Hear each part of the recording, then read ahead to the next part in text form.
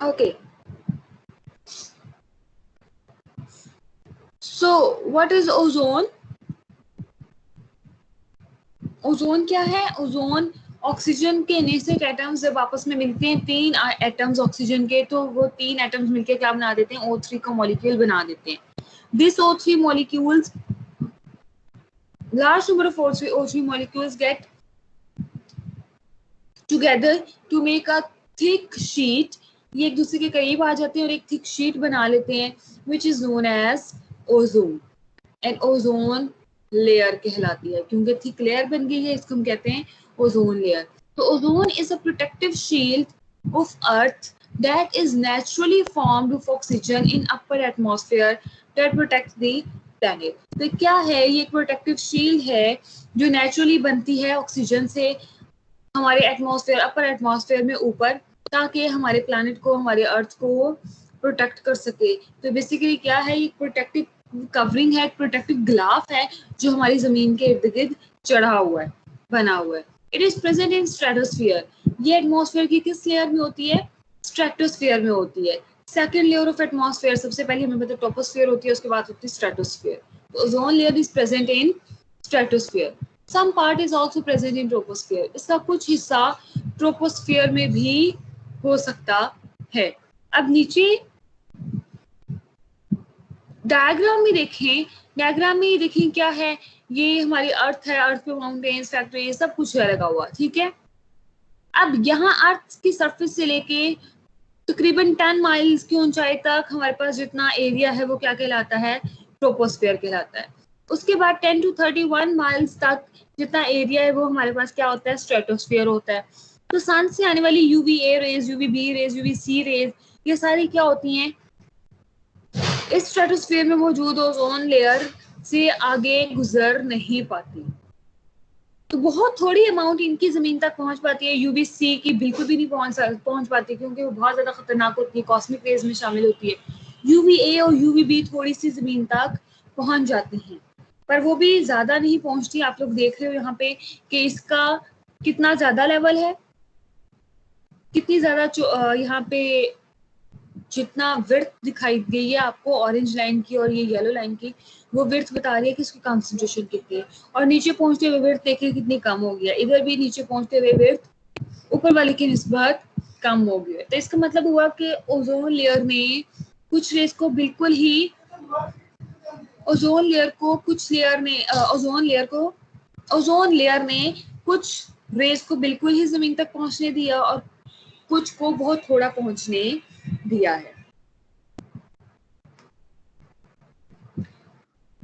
Ma'am actually मेरी भी call drop हो गई थी, इस वजह से मुझे नहीं पता चला आपने क्या कहा है. मैंने ये बताया है, ओजोन के बारे में बता रही हूँ कि ओजोन क्या होती है. Ozone is a protective shield of earth that is naturally formed of oxygen in upper atmosphere that protects the planet. It is present in stratosphere. हमें पता है हमारी एटमॉस्फेयर की 4 लेयर्स होती हैं, जिनमें सबसे पहली लेयर जो जमीन की सरफेस से स्टार्ट होती है, तकरीबन 10 माइल्स तक जाती है, वो होती है ट्रोपोस्फियर. 10 माइल से ऊपर 31 माइल्स तक कितनी होती है? स्ट्रेटोस्फियर कहलाती है. अब ये जो स्ट्रेटोस्फियर है, इस स्ट्रेटोस्फियर में हमारे पास एक प्रोटेक्टिव कवरिंग होती है जो पूरी की पूरी अर्थ को सराउंड की हुई होती है, बिल्कुल इस तरह जैसे अर्थ एक ग्लाफ में पैक की हुई है. तो ओजोन लेयर क्या है? प्रोटेक्टिव कवरिंग है. ये ग्लाफ है किसका? हमारी अर्थ का, हमारे प्लेनेट का, हमारी जमीन का. This is a protective covering, ozone layer. ये लेयर कैसे बनती है? From the oxygen atoms. Oxygen atoms, जब 3 ऑक्सीजन एटम्स आपस में मिल जाते हैं, कोवलेंट बॉन्डिंग कर लेते हैं, तो वहां पे मॉलिक्यूल बन जाता है O3 का.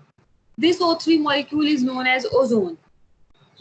So many of the O3 molecules get condensed, get together and form a layer. एक थिक लेयर बना लेते हैं. This layer is known as ozone layer. कहाँ पे प्रेजेंट होती है? स्ट्रेटोस्फीयर में प्रेजेंट होती है. इसका कुछ पार्ट ट्रोपोस्फीयर में भी हो सकता है, पर मोस्टली ये कहाँ पर होती है? स्ट्रेटोस्फीयर में होती है. अब आप लोग यहाँ पे नीचे डायग्राम में देखें कि ये हमारे पास अर्थ है, अर्थ पे माउंटेन्स हैं, फैक्ट्रीज हैं, सब कुछ लगा हुआ है. ठीक है। माउंटेन्स और फैक्ट्रीज वगैरह लगाने का मकसद ये था कि उससे पता चले कि एनवायरनमेंट में पोल्यूशन भी जा रही है। अब 0 to 10 माइल्स तक ट्रोपोस्फियर है। ट्रोपोस्फियर से ऊपर हमारे पास क्या है, स्ट्रेटोस्फियर। और ये स्ट्रेटोस्फियर में की ब्लू सी जो थिक लाइन है, this is the stratospheric ozone layer. ये ओजोन लेयर है जो हमारी पूरी अर्थ के अराउंड मौजूद है। अब जो सन होता है, सूरज से, सन से हमारे पास काफी किस्म की शुआएं आती हैं, जिनमें से कुछ बहुत खतरनाक शुआएं होती हैं, जिनमें कॉस्मिक रेज आ जाती है, अल्ट्रावायलेट सी रेज आ जाती है। जबकि अल्ट्रावायलेट ए और बी रेज ये भी नुकसानदेह होती है, पर ये as compare to cosmic rays, as compare to UVC इतनी ज्यादा नुकसानदेह नहीं होती। अब जितनी भी कॉस्मिक रेज और सारी रेज आ रही हैं सन से, वो सारी की सारी रेज क्या हो रही हैं, ओजोन लेयर तक तो पहुंच रही है, ओजोन से नीचे नहीं आ पा रही, या अगर आ पा रही है तो बहुत थोड़े लेवल में आ पा रही है। जितनी यहाँ पे विड्थ दिखाई गई है इन ऑरेंज, येलो और रेड लाइंस की, वो विड्थ क्या शो कर रही है, वो उनकी कॉन्सेंट्रेशन को शो कर रही है। तो आप देख रहे हो यूवीए की कॉन्सेंट्रेशन यहाँ तक तकरीबन बराबर है। जैसे ही ओजोन लेयर से नीचे आती है तो वो कम हो जाती है, यानी कि ओजोन लेयर ने ज्यादा यूवीए रेज को नीचे जमीन तक पहुंचने नहीं दिया। इसी तरह यूवीबी में देखें तो ये तो बहुत कम हो गई जमीन तक पहुंचते पहुंचते। यूवीसी बिल्कुल भी जमीन तक नहीं पहुंची, और ये बहुत खतरनाक रेज होती है यूवीसी एंड कॉस्मिक रेज। तो यहाँ पे सिर्फ यही बताया था कि सन से आने वाली जितनी रेज हैं वो या तो कम्प्लीटली ब्लॉक कर देती है ओजोन लेयर, या कुछ हद तक प्रिवेंट कर देती है कि वो जमीन तक ना पहुंचे। अब आगे है कॉम्पोजिशन ऑफ अल्ट्रावायलेट रेज जो सन से निकल रही है। कौन कौन सी अल्ट्रावायलेट रेज हैं जो सन से एमिट हो रही है? सबसे पहले UVA. UVA rays are most common and cause skin aging and wrinkling. ये क्या कॉज करती है? ये स्किन एजिंग एंड रिंकलिंग यानी कि स्किन पे झुर्रियां पड़ना कॉज करती हैं। Tanning beds usually use UVA rays. Tanning भी किसकी वजह से हो जाती है? Most of the times UVA rays की वजह से होती है। आपको पता है, आप लोग खासतौर पे गर्ल्स, हम लोग सन ब्लॉक इस्तेमाल करते हैं, तो सन ब्लॉक के ऊपर बाकायदा लिखा होता है SPF इतना है, UVA रेज UVB रेज को प्रिवेंट करता है, ठीक है, या लिखा होता है UVA SPF इतना। तो वो स्किन एजिंग कॉज करता है, UVA रिंकलिंग कॉज करता है, इसलिए स्पेसिफिक तौर पे SPF ऐसा बनाया जाता है जो UVA को हम तक बिल्कुल भी पहुंचने ना दे, हमारे स्किन के अंदर पेनिट्रेट ना कर सके। Next is UVB. UVB rays cause sunburns, cataracts and immune system damage. तो UVB rays क्या क्या कॉज कर सकती हैं? सनबर्न्स कॉज कर सकती हैं, बहुत ज्यादा देर के लिए धूप में हो तो धूप की जैसे स्किन झुलस जाती है, जल जाती है, वो सनबर्न्स हो जाते हैं। कैटरैक्ट्स आंखों की बीमारी है, मोतिया टाइप की बीमारी है, जैसे आंखों में मोतिया हो जाता है, इस तरह कैटरैक्ट्स आंखों की बीमारी है जो UVB रेज की वजह से होती है। एंड इम्यून सिस्टम डैमेज, इसके अलावा इम्यून सिस्टम भी डैमेज हो जाता है, इम्यून सिस्टम भी वीक हो जाता है UVB रेज की वजह से। UVC rays the most dangerous are absorbed by our ozone layer. ये सबसे ज्यादा डेंजरस होती हैं और ये जमीन तक बिल्कुल भी पहुंच नहीं पाती, इसको ओजोन लेयर सारा का सारे को एब्जॉर्ब कर लेता है और जमीन तक पहुंचने नहीं देता। Types of ozone. There are two forms of ozone present in our environment. So, on the basis of their position, on the basis of their location, कौन से टाइप्स ओजोन के हमारे पास? Number 1 tropospheric ozone, number 2 is stratospheric ozone. Tropospheric ozone means कि वो troposphere में present है, stratospheric ozone means कि वो स्ट्रेटोस्फियर में प्रेजेंट है। तो ट्रोपोस्फेरिक ओजोन, ट्रोपोस्फेरिक ओजोन क्या है? This gas is found in the troposphere. ये कहाँ पे पाई जाती है? ट्रोपोस्फियर में पाई जाती है। The layer that forms the immediate atmosphere, ये वाली जो लेयर है ये हमारा एटमॉस्फेयर भी बनाती है। थोड़ा थोड़ा हमारे एटमॉस्फेयर में जो ओजोन लेयर प्रेजेंट है उसकी वजह से भी हमारा एटमॉस्फेयर बना हुआ होता है। Bad ozone does not exist naturally. What is bad? Human actions cause chemical reactions between oxides of nitrogen and sulfur, volatile organic compounds. These compounds are tropospheric ozone precursors. अब इसके अलावा ओजोन कैसे बन सकती है? तो यहाँ पे बैड ओजोन का जिक्र इसलिए किया गया है कि बैड ओजोन का मतलब ये कि जो बैड तरीके से बनाई जा रही है, जो बुरे तरीके से बन रही है, और ये जो बुरे तरीके से बन रही है ये नेचुरली नहीं बनती, ये ह्यूमन मैन मेड एक्टिविटीज की वजह से बनती है। अब मैन मेड एक्टिविटीज हैं ही बुरी, वो कैसे बुरी हैं? क्योंकि हम लोग फॉसिल फ्यूल्स को बहुत ज्यादा यूज करते हैं। जितना हम लोग फॉसिल फ्यूल्स को यूज करते हैं उतना हमारे एनवायरनमेंट में, हमारे एटमॉस्फेयर में नाइट्रोजन के ऑक्साइड्स और सल्फर के ऑक्साइड्स रिलीज होते हैं। तो ये जो नाइट्रोजन के ऑक्साइड्स हैं, सल्फर के ऑक्साइड्स हैं और वोलेटाइल ऑर्गेनिक कंपाउंड्स हैं, इन सब से भी जो ऑक्सीजन निकलती है उस ऑक्सीजन को ओजोन लेयर बनाने के लिए इस्तेमाल किया जा सकता है। वो ओजोन खुद ब खुद फिर उनसे बन जाती है। तो इस वाली ओजोन की टाइप को हम कहते हैं कि ये बैड ओजोन है, क्योंकि ये बुरे तरीके से बनाई जा रही है। Ozone also occurs in very small amounts in the troposphere.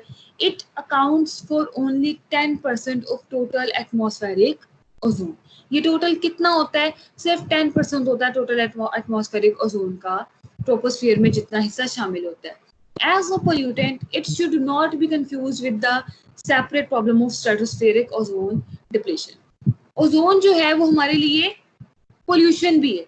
Pollution कैसे है कि जो अगर हमारी एटमॉस्फेयर में प्रेजेंट है ओजोन, जिसमें हम लोग सांस ले रहे हैं, तो it's not good for us, it's not normal oxygen.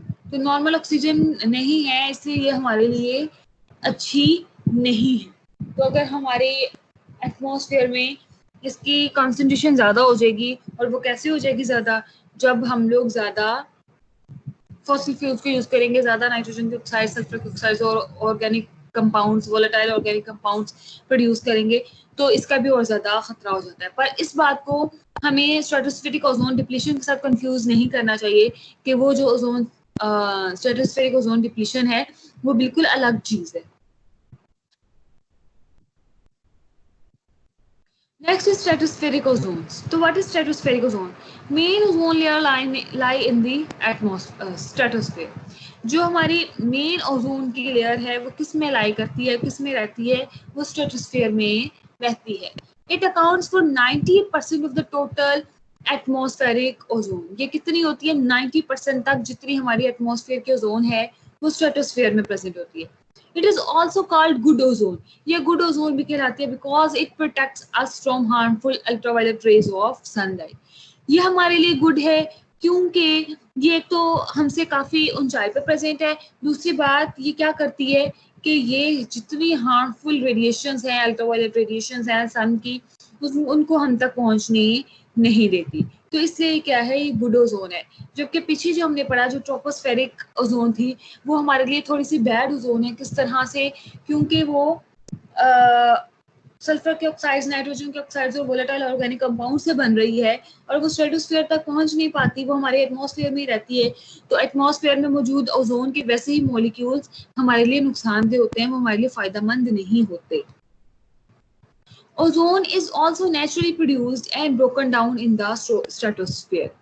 Ozone जो है वो नेचुरली स्ट्रेटोस्फीयर में प्रोड्यूस भी होती है और ब्रोकन डाउन भी, यानी कि टूटती भी रहती है in the presence of sunlight. किस वजह से? सनलाइट की प्रेजेंस में। नेक्स्ट, ओजोन का साइकिल कैसे है? ओजोन का साइकिल, सबसे पहला step, oxygen molecules are photolyzed. Oxygen के मॉलिक्यूल्स पे सनलाइट पड़ती है तो वो टूट जाते हैं। Photolyzed, photo mean light, lysed mean टूट जाना, तो उनकी ब्रेकडाउन हो जाती है ऑक्सीजन के मॉलिक्यूल की। तो O2 टूट गया, yielding 2 ऑक्सीजन एटम्स। इससे क्या होता है, हमारे पास ऑक्सीजन एटम्स बन जाते हैं। तो ये O2 अलग अलग होके ऑक्सीजन के एटम्स बन गए। अब ये जो ऑक्सीजन के एटम्स हैं, ozone and oxygen atoms are continuously being interconverted as solar UV breaks ozone and the oxygen atom reacts with another oxygen molecule. तो ये काम बहुत फास्टली होता है। क्या कि ये जो हमारे पास ऑक्सीजन के एटम्स आए हैं ये O2 के साथ मिलके O3 बनाते भी रहते हैं और O3 पे सनलाइट पड़ के O3 टूटती भी रहती है और वो वापस से दोबारा ऑक्सीजन एटम्स में कन्वर्ट भी होती रहती है।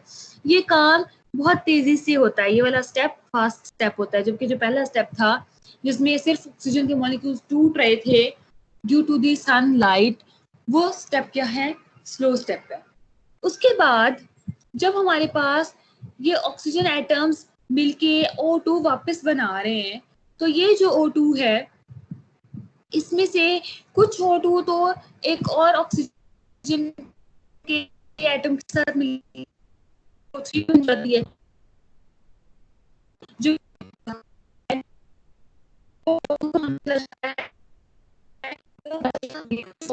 reaction of the oxygen atom or the ozone molecule. नहीं आ रही, मेरा माइक तो ऑन है, सभी को आवाज नहीं आ रही? यस मेरी मैम कट कट के आ रही। किसी स्टूडेंट को आवाज नहीं आ रही? मैम कट कट के आ रही है। कट कट के आ रही है, इंटरनेट कनेक्शन में कोई प्रॉब्लम हो गया होगा। ठहरे, लेट मी चेक, मुझे चेक करने दें।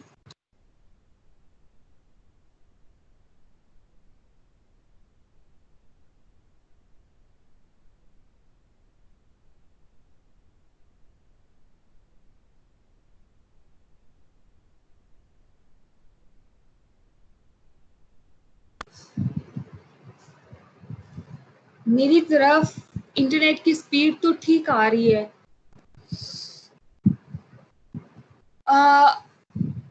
आप लोग ऐसा करें, जिन जिन स्टूडेंट्स को अभी आवाज में प्रॉब्लम आ रही है वो स्टूडेंट्स जरा अपने डोर्स या विंडोज वगैरह खोल के रखें ताकि सिग्नल जो है वो ड्रॉप ना हो, या अपनी साइड थोड़ी सी चेंज करके देखें। अभी जिस रूम में बैठे हैं उस रूम से किसी दूसरे रूम में जरा शिफ्ट हो।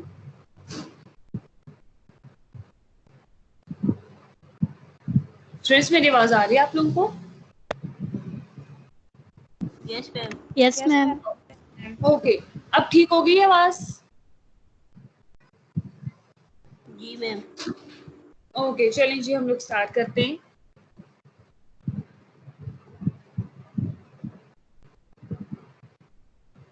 तो हम लोग ओजोन साइकिल पढ़ रहे थे। तो ओजोन साइकिल क्या होता है? 3 स्टेप्स हैं। सबसे पहला स्टेप क्या है कि ऑक्सीजन के मॉलिक्यूल को फोटोलाइज किया जाता है। जो हमारी एयर में मौजूद ऑक्सीजन के मॉलिक्यूल्स हैं, O2 है, उनको तोड़ दिया जाता है। कैसे? सनलाइट की प्रेजेंस में। ये स्टेप स्लो स्टेप होता है। जब O2 के मॉलिक्यूल्स टूट जाएंगे तो हमारे पास ऑक्सीजन के एटम्स बन जाते हैं। ये जो ऑक्सीजन के एटम्स होते हैं, ये ऑक्सीजन के एटम्स O2 के साथ मिलके क्या बना देते हैं? O3 बना देते हैं। और ये O3 जो है वो वापस से सनलाइट की प्रेजेंस में टूटता भी रहता है, टूट के दोबारा से ऑक्सीजन एटम भी बनाता रहता है। ये वाला जो स्टेप होता है ये स्टेप फास्ट स्टेप होता है। अब थर्ड स्टेप पे क्या होता है कि ये जो O2 थी हमारे पास, जिसके साथ ऑक्सीजन का एटम मिल रहा था, ये O2 सनलाइट की प्रेजेंस में दोबारा से टूट भी जाती है। तो ozone is lost by a reaction of the oxygen atom और the ozone molecule with each other और some other trace gas such as chlorine slow. तो ये वाला स्टेप क्या होता है? ये स्लो स्टेप होता है जिसमें ओजोन जो है वो टूट जाती है। वो कैसे टूटती है? कुछ तो सनलाइट की वजह से टूट जाती है, कुछ दूसरे डिफरेंट केमिकल्स की वजह से टूट जाती है, जिनमें हमारे पास क्लोरीन्स वगैरह आ जाते हैं। ये स्टेप भी क्या होता है? स्लो स्टेप होता है।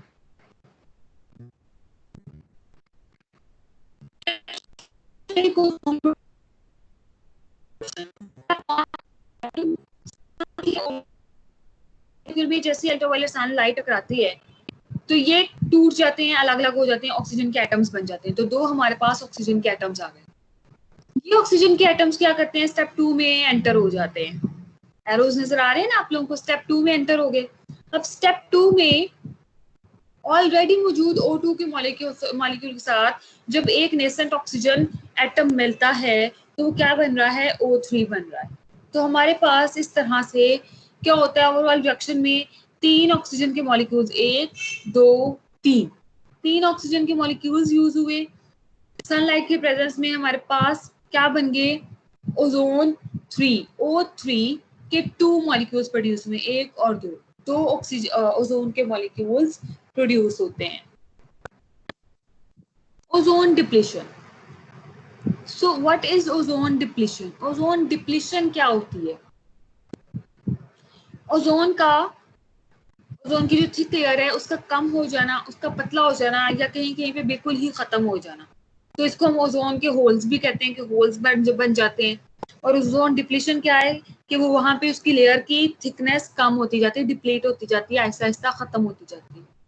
ओजोन डिप्लीशन क्या है? Gradual thinning of earth's ozone layer. Gradual आहिस्ता आहिस्ता वक्त के साथ ओजोन लेयर की थिनिंग क्या कहलाती है? ओजोन डिप्लीशन कहलाती है। In the upper atmosphere caused by the release of chemical compounds containing gaseous chlorine or bromine from industry and other human activities. Ozone depletion हो कैसे रही है?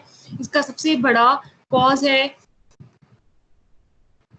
Chlorinated and brominated gases. तो वो वाले तमाम गैसेस जो इंडस्ट्रीज से निकल रही हैं या हमारे ह्यूमन मेड एक्टिविटीज की वजह से, दूसरी एक्टिविटीज की वजह से, जिसमें क्लोरीन और ब्रोमीन एयर में रिलीज हो रही हैं, ये क्लोरीन और ब्रोमीन O3 के साथ मिलकर O3 को तोड़ देती है। तो जब O3 टूटती है तो इसका मतलब है वहां पर ओजोन लेयर खत्म होती जाती है, वो O3 O2 में कन्वर्ट हो जाती है। Next is ozone hole. Ozone hole क्या होता है? The thinning is most pronounced in the polar regions, especially over Antarctica. Antarctica, ये देखें यहाँ पे डायग्राम में, ये एंटार्क्टिका रीजन है। स्लाइड शो हो रही है? Yes ma'am. ओके, तो ये देखें, ये एंटार्क्टिका रीजन है और एंटार्क्टिका रीजन पे देखें आप कि ओजोन की कंसंट्रेशन है ही नहीं। ये जो पिंक पिंक सा दिखाया है, ये क्या है? ये ओजोन लेयर है। तो from above the ozone concentration is thinner over the Antarctic. Antarctic पे पहुंचते पहुंचते उसकी लेयर जो है वो बिल्कुल ही थिन हो गई और यहाँ पे है ही नहीं, बची ही नहीं कोई ओजोन। तो इसको हम कहते हैं ओजोन होल, जो कहाँ पे पाए जा रहे हैं? जो नॉर्थ एरिया में, जमीन के नॉर्थ वाली साइड पे ज्यादा होते हैं, जैसे कि एंटार्क्टिका वगैरह। Countries that are affected by it the most are Argentina, Chile, South Africa, New Zealand and Australia due to dense population. कौन से कंट्रीज इस वजह से ज्यादा इफेक्ट हो रहे हैं? उनमें आते हैं अर्जेंटीना आता है, चिली आता है, साउथ अफ्रीका आता है, न्यूजीलैंड आता है एंड ऑस्ट्रेलिया आता है, क्योंकि इनकी जो पॉपुलेशन है वो डेंस पॉपुलेशन है और इन एरियाज में ओजोन लेयर भी with the passage of time ज्यादा डिप्लीट होती जा रही है। Clear? So next is how volcanoes affect stratospheric ozone. जितने वोल्केनोज हैं, वोल्केनोज इरप्शन ओजोन को कैसे अफेक्ट कर रही है? ओजोन लेयर को, स्ट्रेटोस्फेरिक ओजोन को कैसे अफेक्ट कर रही है? व्हेन वोल्केनोज इरप्ट, जब वोल्केनोज यानी कि जिनको हम कहते हैं आतिशफशां पहाड़, जिनमें से मोल्टन लावा निकलता है अगर वो फटे तो उनके इरप्शन से, ऐसे वोल्केनोज के इरप्शन से they produce massive clouds of ashes. तो वहां पे एशेस के बहुत बड़े बड़े क्लाउड्स प्रोड्यूस होते हैं इनटू द ट्रोपोस्फेयर में, and then they drift upward into the stratosphere. और ये जो बड़े बड़े एशेस के क्लाउड्स है, ये ड्रिफ्ट हो जाते हैं अपवर्ड को, कहाँ पे? स्ट्रेटोस्फेयर में। These ashes contain high concentration of bromine and chlorine. In ashes में सब बहुत ज्यादा अमाउंट में ब्रोमीन और क्लोरीन प्रेजेंट होता है। Ashes can stay in the stratosphere for about 2 to 5 years. ये वाले जो ashes हैं,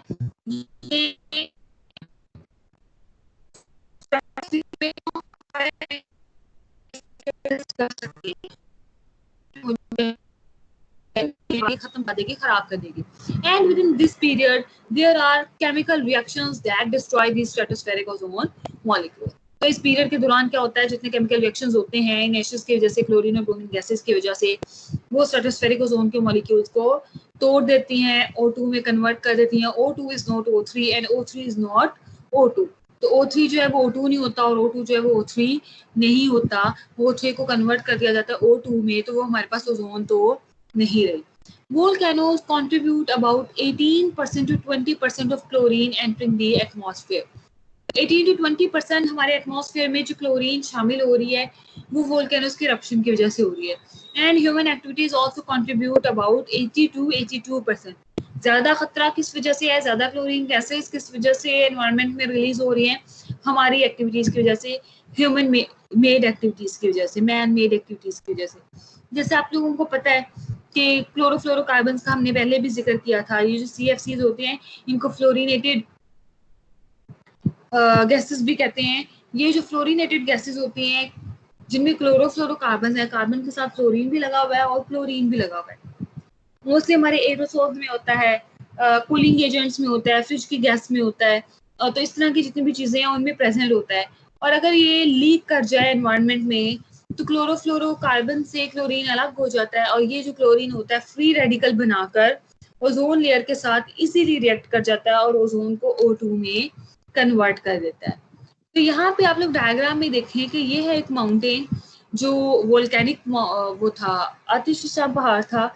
अब ये उसकी वोल्केनिक इरप्शन हो गई, इरप्शन हुई तो वोल्केनिक ऐश बने। अब ये जो एशेज हैं ये पहले ट्रोपोस्फेयर में प्रेजेंट थे, अब ये ड्रिफ्ट होते जा रहे हैं किधर को, ऊपर को स्ट्रेटोस्फेयर में। इसमें ब्रोमीन भी मौजूद है, हाइड्रोजन क्लोराइड HCl भी मौजूद है और क्लोरीन भी मौजूद है।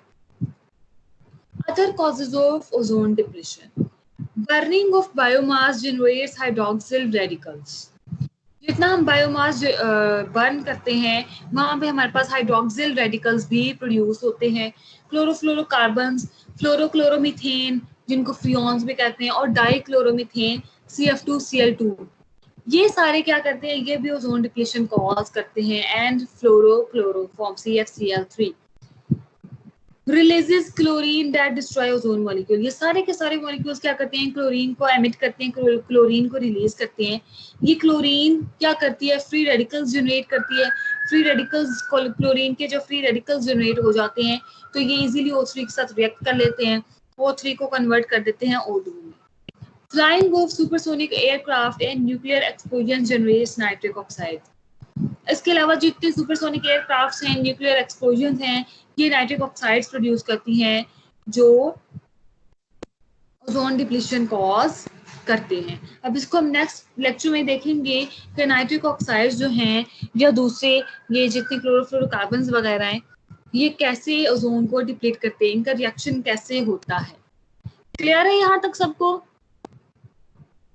Yes ma'am. Yes ma'am. किसी का कोई क्वेश्चन?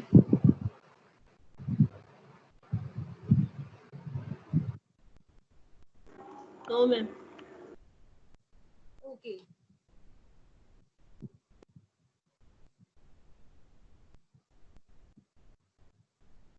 हाँ जी, तो कौन स्टूडेंट आंसर करेगा? What is ozone?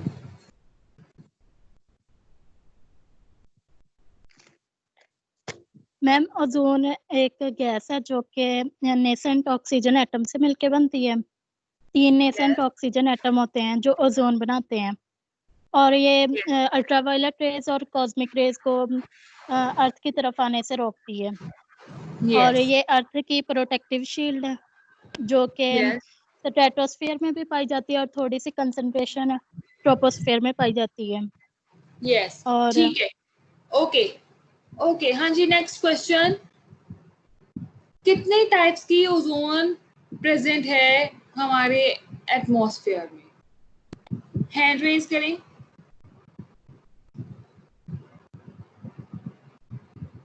हाँ जी, 3401। कितने टाइप्स की ओजोन लेयर प्रेजेंट है? मैम टू टाइप्स की ओजोन लेयर्स प्रेजेंट है, एक ट्रोपोस्फेरिक ओजोन लेयर और एक स्ट्रेटोस्फेरिक ओजोन लेयर। हाँ जी, ठीक है। What is the difference between tropospheric and stratospheric ozone? 3349। Ma'am जो 3349 बेटा, 3349 बताएं। मैम जो ट्रोपोस्फेरिक ओजोन होती है वो ट्रोपोस्फेयर में मौजूद होती है, और इसको बैड ओजोन भी कहते हैं क्योंकि ये बनती है नाइट्रोजन ऑक्साइड्स और सल्फर ऑक्साइड और organic compounds, volatile organic compound से।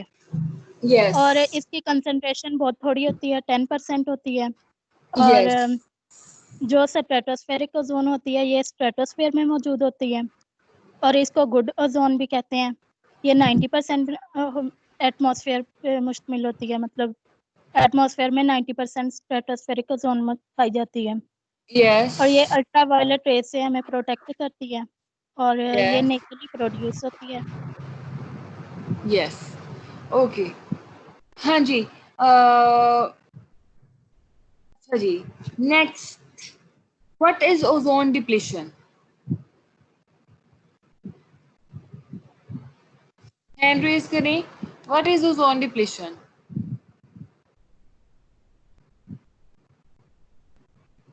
हाँ जी 3374। मैम ओजोन लेयर का कम हो जाना, थिन हो जाना या डिस्ट्रॉय हो जाना ड्यू टू ह्यूमन एक्टिविटीज, इसको ओजोन डिप्लीशन कहते हैं। Yes. What is ozone hole? Ma'am इसके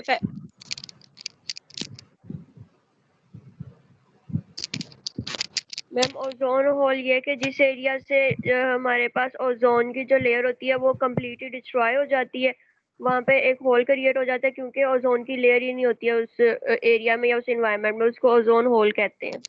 यस, क्योंकि बाकी सारे हैं पर उस एरिया में नहीं है, तो वहां पे मतलब कह लें कि जो प्रोटेक्टिव कवरिंग है उसमें एक होल पड़ गया, उसमें एक शगाफ पड़ गया, आपकी ग्लास एक जगह से थोड़ा सा फट गया, टीयर हो गया, तो वहां पे एक सुराख बन जाता है, उसको हम कहते हैं ओजोन होल। ओके जी। हाँ जी, नेक्स्ट हफ्सा बताएंगी।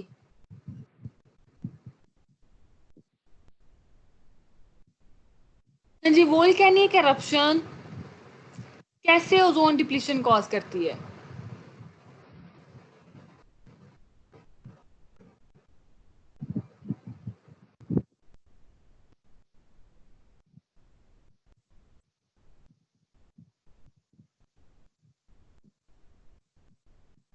हफ्सा नहीं है?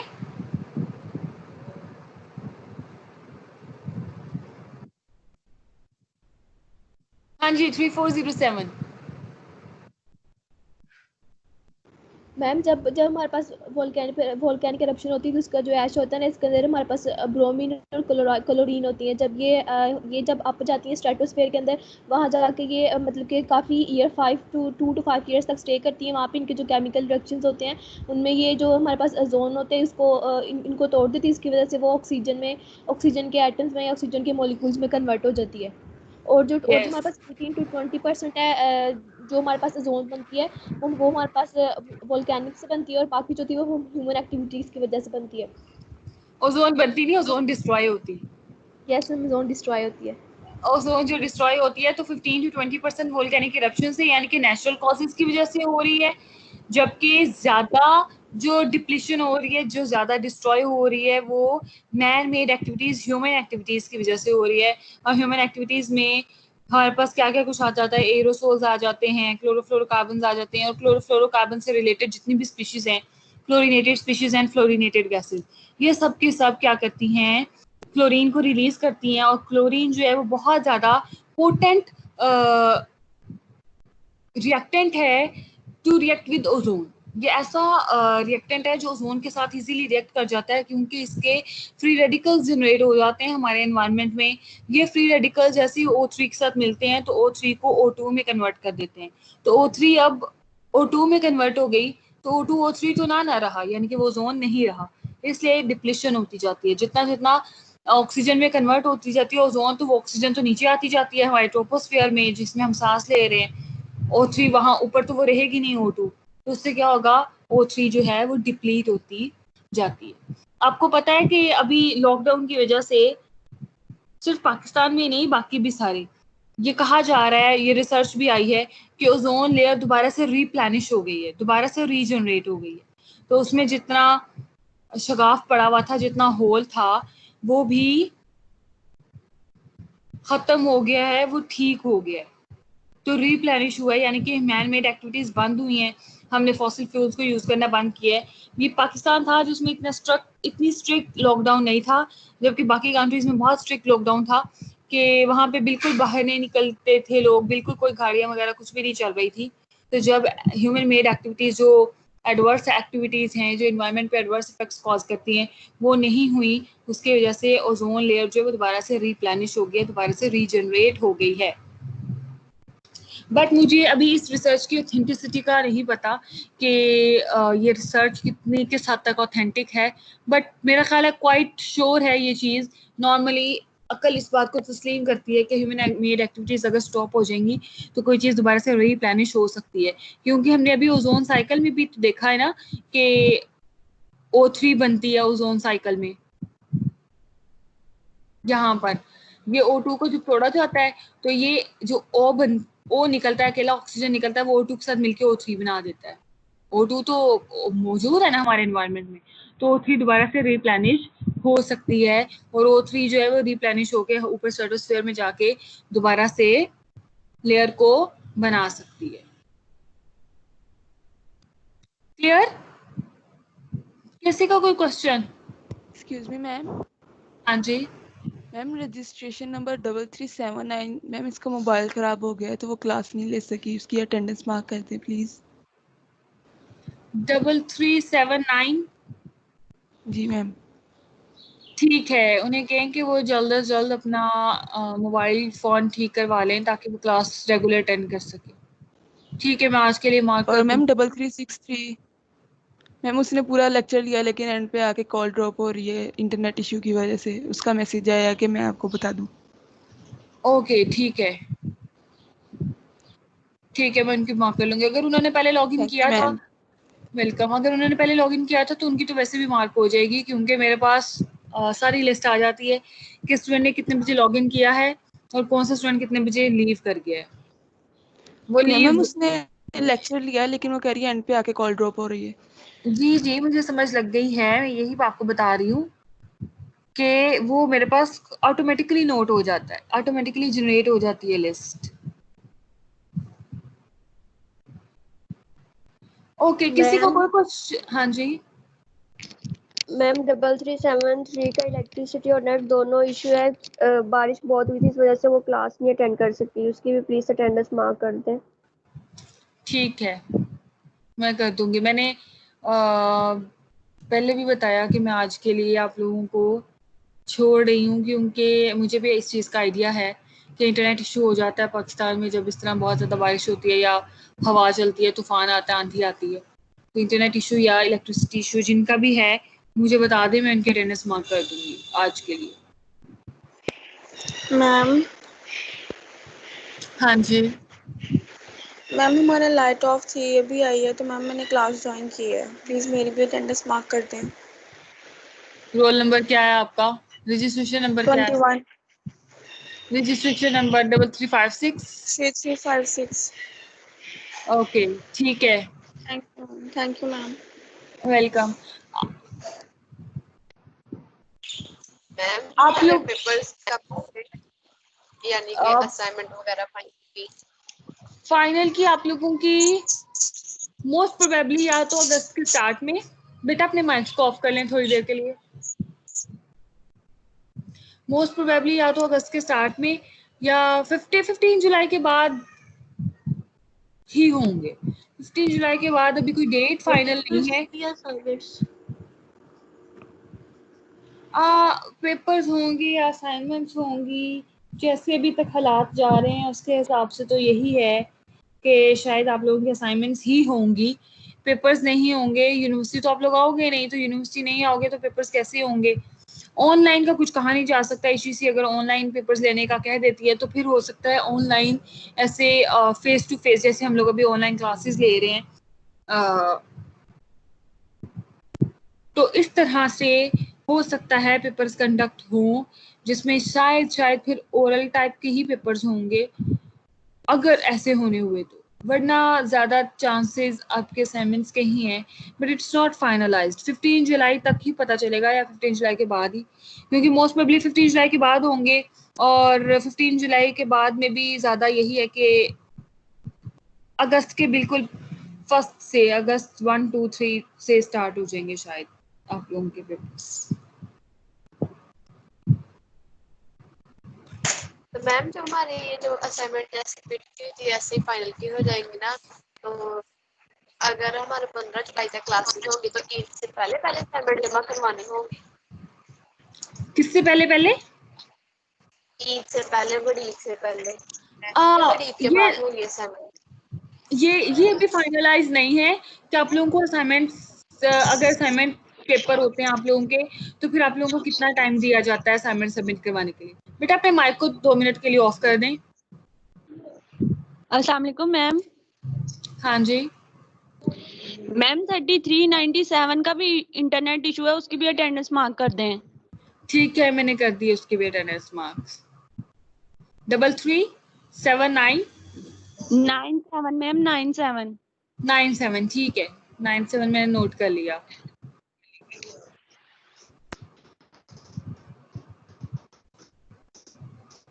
Okay, 3370 की भी कर दें। उसका क्या इशू है? पूरी क्लास मैम की ना आज कर दूं? मैम नहीं, वो गांव में रहती है तो उसका नेट का इशू है। मैम जो बैली है उसकी तो मदर की बहुत तबीयत खराब है। अच्छा ठीक है। Excuse me ma'am. हाँ जी मैम 3340 मैम, मैंने 10-15 मिनट हो गए हैं अभी क्लास ज्वाइन की है मैम। इलेक्ट्रिसिटी इशू है, मतलब लाइट नहीं थी और मोबाइल ऑफ था। अच्छा ठीक है, ठीक है, मैं आपकी मार्क कर दूंगी। मेरा ख्याल है आज तो मैं आप लोगों को सबको ही प्रेजेंट कर दूं, क्योंकि सभी की ही कोई ना कोई मसला आ रहा है आज।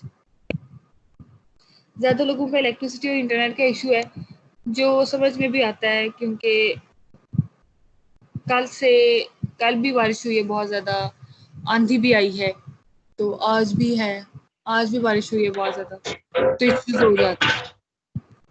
बेटा अपने माइक्स को ऑफ कर लें। मैम काइंडली 3396 की भी लगा दें। ठीक है, मेरा ख्याल है कि मैं अपना नोट करना बंद कर देती हूँ, मैं सबकी लगा दूंगी आज। ठीक है, बेफिक्र हो जाए।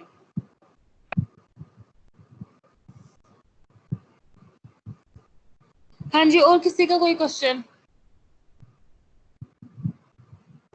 No ma'am. ओके ठीक है, क्लास आप लोग लीव कर सकते हैं। एक मिनट सुरेश, आप लोग मुझे ये बताएं कि जो हमारी क्लास होती है, क्लास के नीचे मीटिंग की रिकॉर्डिंग, लेक्चर की रिकॉर्डिंग होती है, वो आप लोग प्ले कर सकते हो? आप लोगों ने प्ले करके देखी? नो मैम, नो मैम, वो प्ले नहीं हो रही? नहीं कर सकते। वो प्ले नहीं हो रही? अच्छा उस पे लिखा आता है कि माइक्रोसॉफ्ट स्ट्रीम जो है उसके ऊपर लॉगिन करें, और लॉगिन हम नहीं कर सकते, वो टीचर्स कर सकते हैं आई थिंक बस। हाँ जी, वो आप लोग नहीं कर सकते लॉगिन। ठीक है मैम असाइनमेंट्स की असाइनमेंट चेक हो गई है? नहीं, अभी मैंने असाइनमेंट्स चेक नहीं की, किसी की भी नहीं असाइनमेंट्स चेक की अभी मैंने, क्योंकि इतने ज्यादा असाइनमेंट्स हैं। आप लोग अराउंड अबाउट 70 स्टूडेंट्स हो और सबकी 2-2 असाइनमेंट्स हैं, इतने ज्यादा असाइनमेंट्स हैं और मैं नहीं कर पा रही हूँ चेक। कंसेक्यूटिव लेक्चर्स हैं, कंसेक्यूटिव लेक्चर्स के बाद बहुत मुश्किल है। फिलहाल मुझे बिल्कुल टाइम नहीं मिल रहा मैं आप लोगों के असाइनमेंट्स चेक कर सकूं। कोशिश करती हूँ मैं इस वीकेंड से आप लोगों की असाइनमेंट्स चेक करना शुरू कर दूं। Hope for the best.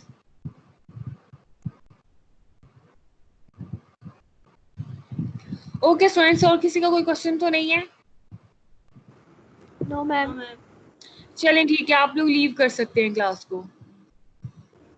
Okay ma'am, Allah Hafiz. Allah Hafiz.